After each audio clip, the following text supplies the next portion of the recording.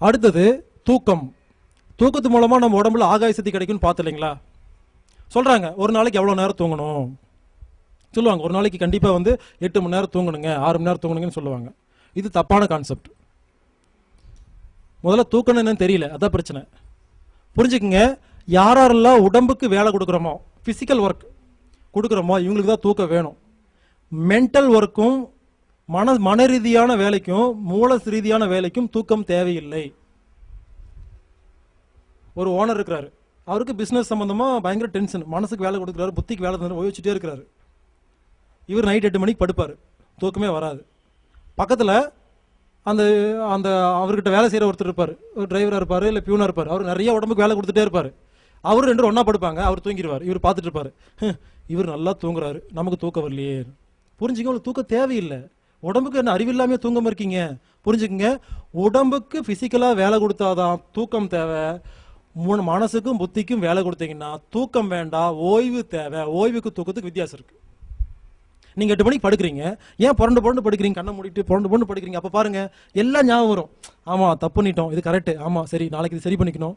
அப்ப என்னன்னா, நீங்க உடம்புக்கு வேலை தரல, உடம்பு தூக்க வேண்டாம்னு சொல்லிட்டு இந்த புத்தியையும் மனசையும் ஒழுங்கு பண்ணிட்டு இருக்கிறது தான் நீங்க புரண்டு படுத்துட்டு இருக்கிறீங்க. எப்ப கண்ணை மூடி பேசாம படுத்துட்டு காதுக்கு எந்த வேலையும் கொடுக்காம மொத்த கவனத்தை உள்ள கொண்டு போறீங்களோ, காலையிலிருந்து சாயந்தரம் வரைக்கும் உங்க புத்தி எப்படி எல்லாம் தப்பா அதாவது ரொம்ப ஸ்பீடா பயன்படுத்துனீங்களோ அதெல்லாம் செட்டில்மெண்ட் ஆயிட்டு இருக்கு. மனசு செட்டில்மெண்ட். பெண்கள் பார்த்தீங்கன்னா வீட்டில் உட்காந்துட்டு இவங்க புத்திக்கு வேலை தர மாட்டாங்க, மனசுக்கு வேலை. நம்ம பொண்ணு எப்படி நல்லா இருக்குமோ, அந்த பொண்ணுக்கு கொடுக்க முடியல, இந்த மாதிரி பையன் அப்படின்னு யோசிச்சு மனசுக்கு வேலை. இந்த மனசுக்கு வேலை கொடுத்தாலும் புத்திக்கு வேலை கொடுத்தாலும் தயவு செய்து புரிஞ்சுக்குங்க, தூக்கம் தேவையே கிடையாது. சரிங்க, 8 மணிக்கு 2 பேர் படுக்கிறாங்க, இவர் உடனே தூங்கிடுறாரு, காலைல 6 மணிக்கு எந்திரிக்கிறாரு. இந்த உடம்புக்கு வேலை கொடுத்தவர் இவர் ஃப்ரெஷ்ஷாக எந்திரிச்சு போறாரு. இதே 8 மணிக்கு படுக்கிற இந்த புத்திக்கு வேலை கொடுத்த மனசுக்கு வேலை கொடுத்தவங்க நைட் 2 மணிக்கு தூங்குறாங்க, காலைல 6 மணிக்கு எந்திரிச்சு போறாங்க. ஏன்? 2 பேரும் நல்லா தான் இருக்கிறாங்க. ஆனா நாம நினைச்சுக்கிறோம், ஐயோ நம்ம தூங்கலையே அப்படின்னு. நைட் 2 மணி ஆயிடுச்சு நினைச்சுதான் நீங்க நோயோடு இருக்கிறீங்க. உண்மையிலே உடம்பு என்ன பண்ணுதுன்னா, நைட்டு அந்த 10 மணிலிருந்து 2 மணி வரைக்கும் உங்க மனசையும் புத்தியும் சரி பண்ணிட்டு, ஓகே மனசு புத்தியும் எப்ப சரி பண்ணி தெளிவடையுதோ அப்பதான் தூக்கம் வரும். கடைசியாக தான் உடம்பு பார்க்கும். உடம்புக்கு எவ்வளவு நேரம்? சரி 2லேருந்து 6 போதும்.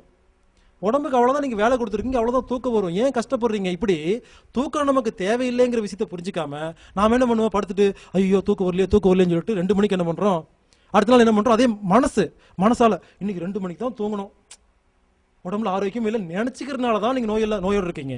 உண்மையில அப்படி கிடையாது. உண்மையில உடம்பு நல்லா இருக்கு, மனசுல நாம அந்த மாதிரி சைக்காலஜிக்கலா யாரோ சொல்லிட்டாங்க 6 மணி நேரம் தூங்கணும் 8 மணி நேரம் தூங்கணும்னு. புரிஞ்சுக்குங்க, செக் பண்ணி பாருங்க. நீங்க ஒரு நாள் இங்கிருந்து கோயம்புத்தூர் வரைக்கும் நடந்து போங்க, உங்க கூட வேலை செஞ்சார் இல்லைங்களா, அவரை கார்ல கூட்டிட்டு போங்க, நீங்க நடந்து போங்க, நீங்க தூங்குவீங்க, அவர் தூங்க மாட்டாரு. எப்போ உடம்புக்கு வேலை கொடுக்குறோமோ ஆட்டோமேட்டிக்கா தூங்குவோம். மனசுக்கு புத்திக்கு வேலை கொடுத்து தூங்க மாட்டோம். ஒரு துணி கடை இருக்குங்க, ஒரு துணி கடையில் எப்படி இருக்கும், காலைல 9 மணிக்கு கடை திறக்கிறாங்க, எல்லாம் அடுக்கி வச்சிருப்பாங்க, கரெக்டா இருக்கும். கஸ்டமர் வந்துகிட்டே இருக்கிறாங்க, நைட் 9 மணிக்கு வராங்க, எல்லா இடத்துக்கும் களைச்சு போட்டுருக்காங்க, வியாபாரம் பண்ணிட்டு இருக்காங்க. அந்த நேரத்தை அடுக்கி வைப்பாங்களா? வியாபாரத்தை பார்ப்பாங்க. முக்கியமான விஷயம், 9 மணிக்கு சட்டரை சாத்துவாங்க. நான் நினைச்சிட்டு சட்டரை சாத்திட்டு வீட்டுக்கு போறாங்கன்னு 2 மணி நேரம் உள்ள உட்காந்து எல்லா துணியும் அடுக்கி வச்சு தான் வீட்டுக்கு போவாங்க. அதனாலதான் காலையில ஃப்ரெஷ்ஷா இருக்குது. அந்த மாதிரி நம்ம காலையிலேருந்து சாயந்தரம் வரைக்கும் நம்ம மனசையெல்லாம் களைச்சு புத்தியெல்லாம் களைச்சு போட்டுருவோம். இது 8 மணிக்கு நீங்க படுத்தீங்கன்னா அதெல்லாம் களைச்சிட்டு முடிச்சுட்டு தான் தூங்கும். இதை புரிஞ்சுக்கிட்டா போதும். இது புரியறதுக்கு தான் டைம். இது புரியாம நம்ம என்ன பண்றோம், தூக்கவில்லைன்னு சொல்லிட்டு சிபின் டேப்லெட் சாப்பிட்டு என்னமோ பண்ணிட்டு இருக்கிறோம். சில பேர் என்ன பண்ணுவாங்க, நான் வழக்கமா 10 மணிக்கு படுத்தேன்னா 2 மணிக்கு தான் தூக்கம் வரும்னு சொல்லிட்டு டிவி பார்த்துட்டு, சரி நமக்கு 2 மணிக்கு தான் தூக்கம் வரும்னு சொல்லிட்டு டிவி பார்த்துட்டு தூங்க போவாங்க. அப்ப என்ன ஆகும், 2 மணிக்கு படுத்தா 6 மணிக்கு தூக்கம் வரும். ஸோ அந்த 5 மணி 4 மணி நேரம் புரண்டு படுக்கிறீங்க இல்லைங்களா, கண்ணை மூடி ரெஸ்ட், அதுக்கு பேர் ஓய்வு. ஓய்வுக்கும் தூக்கத்துக்கும் வித்தியாசம் புரிஞ்சிருச்சுன்னா போதுங்க. அப்ப நீங்களே புரிஞ்சுக்கங்க, உங்களுக்கு எப்போ ஓய்வு அதிகமாக தேவைப்படுதோ, மனசுக்கு புத்திக்கு வேலை கொடுத்துருக்கோம், அதனால உடம்பு ஓய்வு எடுக்குது, உடம்பு நீ நல்லது பண்ண சொல்லி விட்டுருங்க. காலைல பாருங்க அவ்வளோ ஃப்ரெஷ்ஷாக இருக்கும். அப்போ புத்திக்கு மனசுக்கு வேலை தருவாங்க. நீங்க ஓய்வு எடுக்கணும்னா அப்படி படுத்து ஓய்வு எடுக்க வேண்டாங்க. சும்மா டேபிள் உட்காந்துருக்கீங்களா, சும்மா கண்ணை மூடி அப்படியே கையில் கால் வச்சு 10 நிமிஷம் இருந்து பாருங்க, ரிலாக்ஸ் ஆயிரும். இந்த உடம்புக்கு வேலை கொடுக்கணும், நல்லா அடிச்சு போட்ட மாதிரி தூங்கணும். இது புரிஞ்சுக்கிட்டா போதுங்க. அடுத்தது, தூக்கம் வேணும்னா டீ காபி சாப்பிடக்கூடாது. டீல டேனின் அப்படின்னு ஒரு பொருள் இருக்கு, காஃபியில காஃபின் அப்படின்னு ஒரு பொருள் இருக்கு, மூளைக்குள்ள செரட்டோன் அப்படின்னு ஒரு சுரப்பி இருக்கு. நீ நினைக்கிறீங்க தூக்கம் எப்படி வருது, நைட் என்ன தூங்கி நினைக்கிறீங்க, அப்படி கிடையாது. நம்ம உடம்புல நான் சொன்னேன் இல்லைங்களா, ரத்தத்துல காலி இடம்னு. நம்ம உடம்புல ஆகாயம் அப்படிங்கிற காலி இடம் எப்ப கம்மியாகுதோ அப்ப தூக்கம் வரும். தூங்கும் போது ஆகாய சக்தி அதிகமாயிரும், மறுபடியும் செலவு பண்றோம், தூக்கம் வருது. இந்த செரட்டோன் அப்படிங்கிற சுரப்பி இருக்குங்க மூளைக்குள்ள. அது என்ன பண்ணுவாருன்னா பார்த்துட்டே இருப்பாரு. உடம்புல எப்ப ஆகாய சக்தி கம்மியாகுதோ இந்த செரட்டோன் அப்படிங்கிற சுரப்பி சுரக்கிற நீருக்கு பேரு செரட்டோனின். அந்த நீர் என்ன பண்ணுன்னா மூளைக்கு மேல போய் படர்ந்துரும். படர்ந்துட்டு என்ன பண்ணும், இந்த கை காலு மூக்கு காது கண்ணு இருக்கு இல்லைங்களா, இதுக்கு போற அந்த சொன்ன இல்லைங்களா நரம்பு, அந்த நரம்புக்கு போற அந்த நரம்பையெல்லாம் என்ன பண்ணும், தூங்க வைக்கும். யோசிச்சு பாருங்க. அது என்ன நைட்டு 7 மணிக்கு மட்டும் தூக்கம் வருது, 8 மணிக்கு சாப்பிட்டீங்கல்ல, சாப்பிட்டு தெம்பு வந்துருச்சுல்ல, நைட்டு வேலை செய்ய வேண்டியதானே. அப்போ தூக்குங்கிறது சக்தி இல்லாம தூக்கம் வரல, சாப்பாடு இல்லாம தூக்கம் வரல, ஆகாயம் இல்லாம தூக்கம் வருது. நம்ம உடம்புல ஆகாய சக்தி கம்மியானதா தூக்கம் வரும். அப்போ இந்த செரட்டோன் அப்படிங்கிற சுரப்பி மூளை மேல தொடர்ந்து என்ன பண்ணும், இந்த மூளையில் இருக்கிற செல்லு எல்லாம் கைக்கு வேலை கொடுக்குற செல் எல்லாம் ஆஃப் பண்ணும். தூங்குங்க. அப்போ நமக்கு அப்பதான் சாப்பிட்டுருப்போம், நல்லா தெம்பு இருக்கும், ஆனால் அப்படியே தோந்துருப்போம், எடுக்க மாட்டோம், பொருள் எடுனா எடுக்க மாட்டோம், தூக்கம் வருதுங்க. ஏன்னா உங்க உடம்புல மண் இல்லாம இல்லை, மூளைக்குள்ள இருக்கிற நரம்புகள் தூங்கிட்டு இருக்கு. அப்போ இந்த செரட்டோனின் அப்படிங்கிற நீர் தான் தூக்கத்துக்கான சுரப்பி. அப்புறம் டோபாமின் ஒன்று இருக்கு, இது ரெண்டுமே சேர்ந்தா தூக்கத்தை உண்டு பண்ணும். இப்போ ஒரு 6 மணிக்கு நமக்கு லேசாக தூக்கம் வருது. நம்ம என்ன பண்ணுறோம், 7 மணிக்கு ஒருத்தர் போய் பார்க்கணும், ஒரு 10,000 ரூபா வாங்கணும், என்ன பண்ணலாம், லேசாக தூக்கம் வருது, டீ சாப்பிட வந்து டீ சாப்பிட்டுருவீங்க. இந்த டீ என்ன பண்ணும், டீயில் இருக்கிற டேனினும் காஃபியில் இருக்கிற காஃபினும், ஒரு டீ சாப்பிட்டா அந்த டீயில் இருக்கிற டேனின் என்ன பண்ணும், நேராக போய் உங்கள் செரட்டோனும் போயிட்டு நீ சுரக்காதுன்னு சொல்லிட்டு நிறுத்திட்டு சுரந்த செரட்டோனை எல்லாம் வலிச்சுட்டு போய் மூத்திரமா அனுப்பிச்சு வச்சிடும். அது மட்டும் பண்ணாமல் அந்த செரட்டோன் பக்கத்தில் நின்றுட்டு 6 மணி நேரத்துக்கு உங்கள் செரட்டோனை சுரக்க விடாமல் பண்ணுறது தான் ஒரு கப்பு டீ. அது ஸ்ட்ராங்காக போட்டிங்கன்னா 10 மணி நேரம் ஆயிரும், எனக்கு தெரியாது, சும்மா அப்ராக்சிமேட்டாக சொல்கிறேன். ஒரு டீ சாப்பிட்டா செரட்டோன் அப்படிங்கிற சுரப்பி 6 மணி நேரத்துக்கு சுரக்காது. ஒரு காபி சாப்பிட்டா 6 மணி நேரம் சுரக்காது. நாம் என்ன பண்ணுறோம், 6 மணிக்கு தூக்கம் வரும், ஒரு டீயை சாப்பிட்ருவோம், 7 மணிக்கு அவரை போய் பார்த்துருவோம், 8 மணிக்கு சாப்பிட்ருவோம், 8:30 மணிக்கு படுத்துட்டு தூக்கம் வரலைன்னா நீங்கள் 6 மணிக்கு தூக்கத்துக்கு எடுக்கிறதுக்கு ஒரு மருந்து சாப்பிட்டீங்களா டீன்னு, அது 12 மணிக்கு தூக்கம் வராமல் தானே பண்ணும். ஒரு நாளைக்கு யார் 10 டீ சாப்பிட்றீங்களோ தூக்கம் வராது. சில பேர் பாருங்க தூக்கம் வரலன்னு சொல்லிட்டு நைட்டு சீப்ளின் டேப்லெட் போடும் பொழுது அது கூட டீ சாப்பிட்டுருவாங்க. இந்த மாத்திரை வந்து தூக்கம் வரக்காமா, இது தூக்கத்தை கெடுக்கிறதுக்காமா, இது எப்படி வேலை செய்யும்? டீ சாப்பிட்டா தூக்கம் கெடுக்கும். அப்போ டீ சாப்பிடலாம், யார் சாப்பிடலாம்னா குன்னூரில் ஊட்டியில் சாப்பிடலாம், ஏற்காடில் சாப்பிடலாம். புரிஞ்சுக்குங்க, எந்த ஊரில் எந்த பொருள் விளையுதோ அந்த ஊரில் அந்த பொருளை சாப்பிடலாங்கிறது தான் கடவுளுடைய நீதி. இந்த ஊரில் டீ விளைச்சல் இருக்கா, சாப்பிடக்கூடாது. பாருங்க கடவுள் எவ்வளோ அறிவு இருந்ததுன்னா, அந்த ஊருக்காரங்கெல்லாம் ரொம்ப குளிர்ச்சியாக இருப்பாங்க, அவங்களுக்கு அடிக்கடி தூக்கம் வரும், அவங்க 10 டீ சாப்பிட்டா ஒன்றும் ஆகாது. சுவிட்சர்லாந்தில் போய் நீங்கள் ஒரு நாளைக்கு 20 டீ சாப்பிடுங்க, இமேல போய் 10 டீ சாப்பிடுங்க, ஒன்றும் ஆகாது. ஏன்னா அங்கே இருக்க குளிர்ச்சியும் இந்த டீயில் வர சூடும் ரெண்டும் சேர்ந்து உங்களுக்கு நார்மலாக இருப்பீங்க. இதே சகாரா பாலைவனத்தில் போய் டீ சாப்பிட்டு பாருங்க, உயிர் போயிடும். அப்போ எந்த ஊரில் அந்த பொருள் கிடைக்குதுன்னு யோசிங்க. டீ காஃபி கிடைக்கிற ஊரில் மட்டும்தான் டீ காஃபி பயன்படுத்தணும், இந்த ஊரில் டீ காஃபி சாப்பிடக்கூடாது, சாப்பிட்டா தூக்கம் வராது.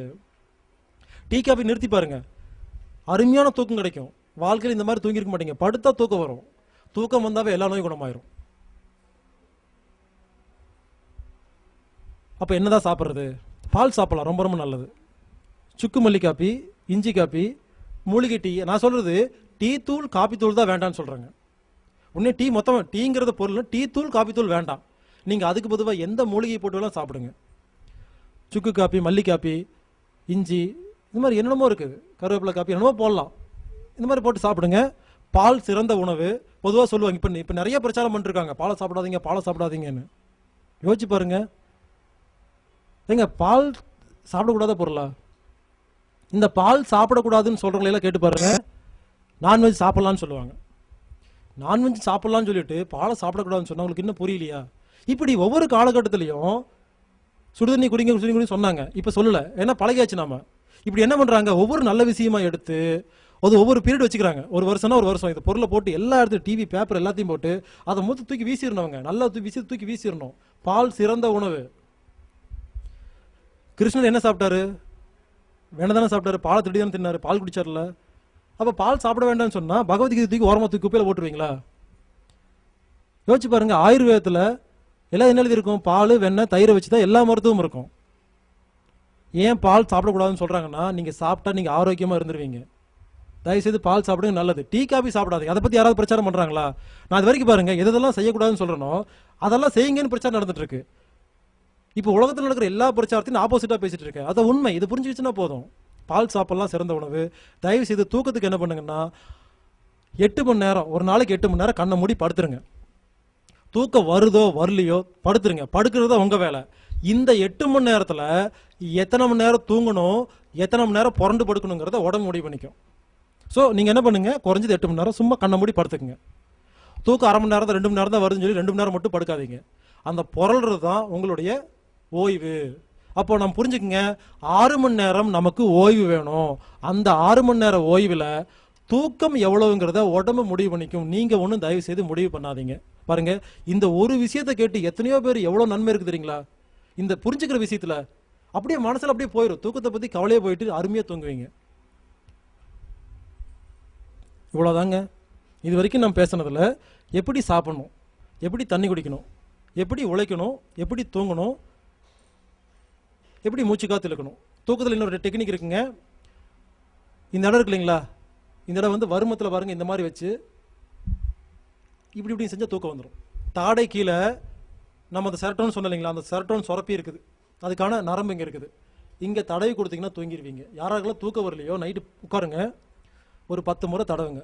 இந்த பக்கம் 10 முறை தடவுங்க, கீழே தாடை கீழே தூக்கம் வந்துடும். அது ஆக்சுவலாக இப்படி பண்ணணும். புரிஞ்சதுன்னா அப்படி பண்ணுங்க, இல்லைன்னா தடவி கொடுங்க. அது எப்படி இங்கே தடவைனா தூங்குவீங்கன்னா, அதுக்கு உதாரணம் பாருங்க. உங்கள் குழந்தையெல்லாம் பாருங்க, வீட்டில் படிச்சுட்டு இருக்கும் பொழுது இப்படி வந்து படிச்சுட்டு இருக்கோம், இப்படி வந்து படிச்சுட்டு இருக்கோம், அப்புறம் படுத்துட்டு படிச்சுட்டு இருக்கோம். அப்படி வச்சு எந்த குழந்தையும் 1/2 மணி நேரத்துக்கு மேலே படிச்சதே கிடையாது. ஏன்னா இங்கே கை வச்சோன்னே இந்த செரட்டோன் சுரந்துடும், அப்படியே தூங்கிடுவாங்க. நாம் என்ன பண்ணணும், நமக்கு தூக்கம் வேணும்னா நாமளும் இப்படி கை வச்சுக்கணும், நைட்டு படுத்துக்கணும். ஒரு 15 நிமிஷம் படுத்து பாருங்க, உங்கள் தலை அப்படியே கீழே விழுந்து நீங்கள் தூங்கிடுவீங்க. ரொம்ப சுலபம். அப்படி கை வச்சு படுத்து பாருங்க, குப்புறப்படுத்து இப்படி கை வச்சு படுத்து பாருங்க, ஆட்டோமேட்டிக்காக தூக்கம். ரொம்ப சுலபமான ஒரு வழி. இது ஒரு வழி.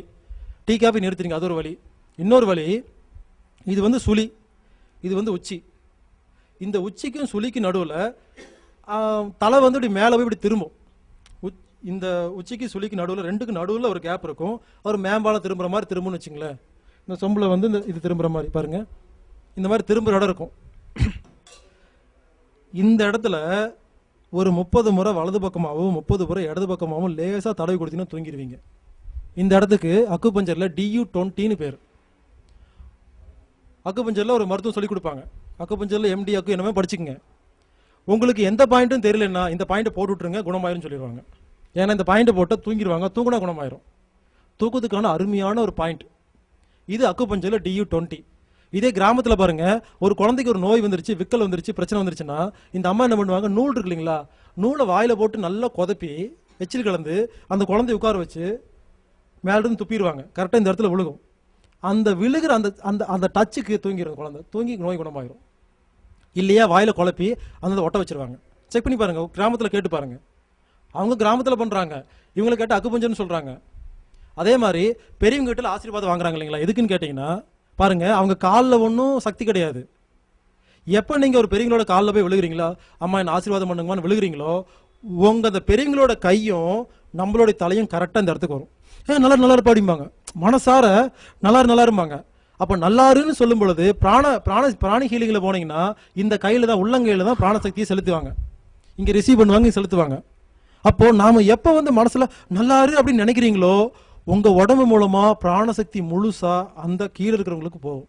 அப்போ இது வழியாக உள்ளே போனோடனே 72,000 நாடி நரம்பு ஒரு செகண்டில் வேலை செய்யும். நான் காலில் விழுவேன். யார் காலில் விழுவேன்னா செக் பண்ணி பார்ப்பேன்.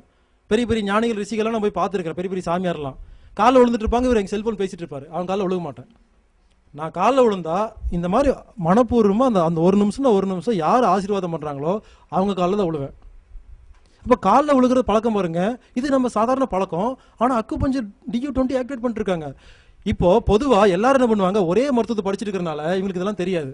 நான் எல்லாத்தையும் பூந்து வெளியே வந்துட்டனால அப்போதான் புரியுது, எல்லாமே ஒன்று தான், பேர் வேற, நடைமுறை வேற, பழக்க வழக்கம் வேற, ஆனால் எல்லாம் ஒரே வேலையை தான் பண்ணிட்டு இருக்கிறாங்க.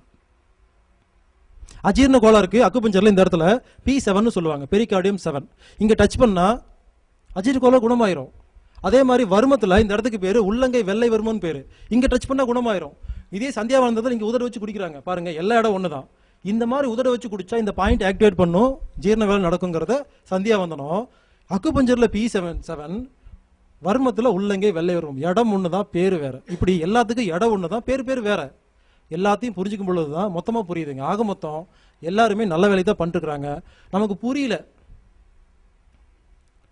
அப்போ தூக்கம் வேணும்னா இங்கே டச் பண்ணுங்க, இல்லைன்னா இங்கே ஆக்டிவேட் பண்ணுங்க, தூங்கிடுவீங்க. அவ்வளோதாங்க.